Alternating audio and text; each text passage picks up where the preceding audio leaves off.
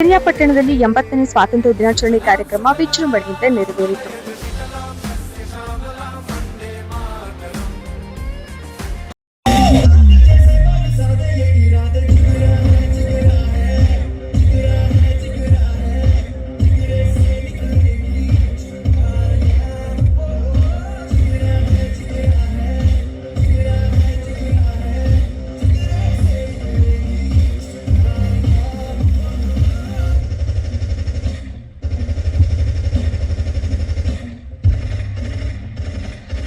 ನಂತರ ಮಾಜಿ ಸಚಿವ ಕೆ ವೆಂಕಟೇಶ್ ಮಾತನಾಡಿ, ಕೇಂದ್ರದಲ್ಲಿ ಶಾಲಾ ಕಟ್ಟಡಗಳ ಅಭಿವೃದ್ಧಿ, ವಸತಿ ನಿಲಯಗಳು, ನೀರಾವರಿ, ರಸ್ತೆ ಮತ್ತು ವಿದ್ಯುತ್ ಸಂಪರ್ಕ ಸೇರಿದಂತೆ ಹಲವು ಇಲಾಖೆಗಳಿಂದ ನಿರಂತರ ಅಭಿವೃದ್ಧಿ ಕೆಲಸಗಳು ನಡೆಯುತ್ತಿವೆ ಎಂದು ವಿವರಿಸಿದರು.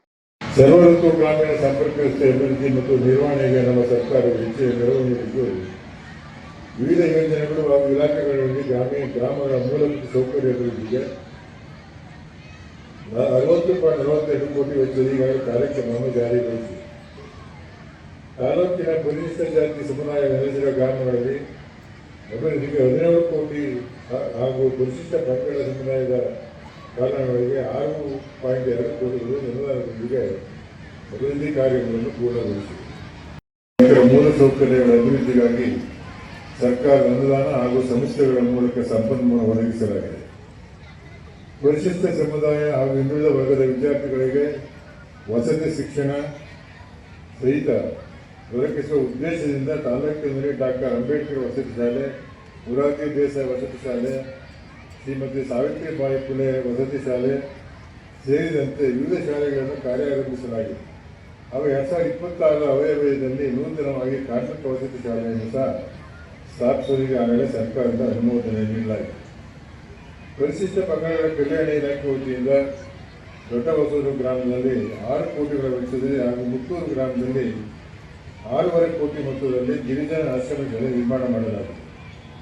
ತಾಲೂಕಿನ ಪ್ರಾಥಮಿಕ ಹಾಗೂ ಪ್ರೌಢಶಾಲಾ ಮಕ್ಕಳಿಗೆ ಆಧುನಿಕ ಶಿಕ್ಷಣ ನೀಡಲು ತಾಲೂಕಿನಾದ್ಯಂತ ಇವರಿಗೆ 88 ಶಾಲೆಗಳಿಗೆ ಸ್ಮಾರ್ಟ್ ಕ್ಲಾಸ್ ವ್ಯವಸ್ಥೆಯನ್ನು ಅಳವಡಿಸಿರುವುದು ತಮ್ಮೆಲ್ಲರಿಗೂ ತಿಳಿದಿದೆ ಎಂದು ನಾನು ಭಾವಿಸುತ್ತೇನೆ. ನಂತರ ಕಾಲೇಜು ಉಪನ್ಯಾಸಕ ಎಸ್.ಕೆ. ಕುಮಾರ್ ಮಾತನಾಡಿ, ದೇಶದ ಸ್ವಾತಂತ್ರ್ಯಕ್ಕಾಗಿ ಅನೇಕ ಮಹಾನ್ ನಾಯಕರ ಜೊತೆಗೆ ವಿದ್ಯಾರ್ಥಿಗಳು ಪ್ರಾಣತ್ಯಾಗ ಮಾಡಿದ್ದಾರೆ. ಮೈಸೂರಿನ ರಾಮಸ್ವಾಮಿ ಸರ್ಕಲ್ನಲ್ಲಿ ಬ್ರಿಟಿಷರ ಗುಂಡೇಟಿಗೆ ಬಲಿಯಾದ ವಿದ್ಯಾರ್ಥಿಗಳ ತ್ಯಾಗವೇ ಇದಕ್ಕೆ ಸಾಕ್ಷಿ ಎಂದು ಹೋರಾಟದ ದಿನಗಳನ್ನು ಸ್ಮರಿಸಿದರು. ವರದಿ ಎಚ್.ಡಿ. ರಮೇಶ್, ಪಿರಿಯಾಪಟ್ಟಣ. ತಮ್ಮ ಪ್ರಾಣವನ್ನೇ ತ್ಯಾಗ ಮಾಡ್ತಾರೆ. ಅದಲ್ಲದೆ ವಿದ್ಯಾರ್ಥಿಗಳು ಕೂಡ ಈ ಹೋರಾಟದಲ್ಲಿ ಪಾಲ್ಗೊಳ್ತಾರೆ. ಮೈಸೂರಿನಲ್ಲಿ ಒಂದು ರಾಮಸ್ವಾಮಿ ಸರ್ಕಲ್ ಅಂತಿದೆ, ರಾಮಸ್ವಾಮಿ ವೃತ್ತ. ಆರ್ಟಿಕ್ ಶಾಲೆಯ ಒಬ್ಬ ವಿದ್ಯಾರ್ಥಿ ಸ್ವಾತಂತ್ರ್ಯಕ್ಕಾಗಿ ಪ್ರತಿಭಟನೆಯನ್ನು ಮಾಡಿ ಅಲ್ಲಿ ಬ್ರಿಟಿಷರ ಗುಂಡೇಟಿಗೆ ಬಲಿಯಾಗ್ತಾರೆ.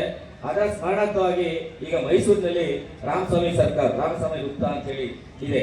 ವಿದ್ಯಾರ್ಥಿಗಳು ಮತ್ತು ಬುದ್ಧಿಜೀವಿಗಳು ಎಲ್ಲರೂ ಕೂಡ ಪಾಲ್ಗೊಳ್ತಾರೆ. ಹಲವಾರು ಕವಿಗಳು ಕೂಡ ಈ ಸ್ವಾತಂತ್ರ್ಯದ ಕಿಚ್ಚನ್ನು ಹೊಚ್ಚುವಂತ ಕೆಲಸವನ್ನ ಹಲವು ಪದ್ಯಗಳ ಮೂಲಕ, ಹಾಡುಗಳ ಮೂಲಕ ನಮಗೆ ಪ್ರೇರೇಪಣೆ ನೀಡಲಿಕ್ಕೆ ಅವಕಾಶವನ್ನು ಮಾಡಿಕೊಡ್ತಾರೆ. ಆಮೇಲೆ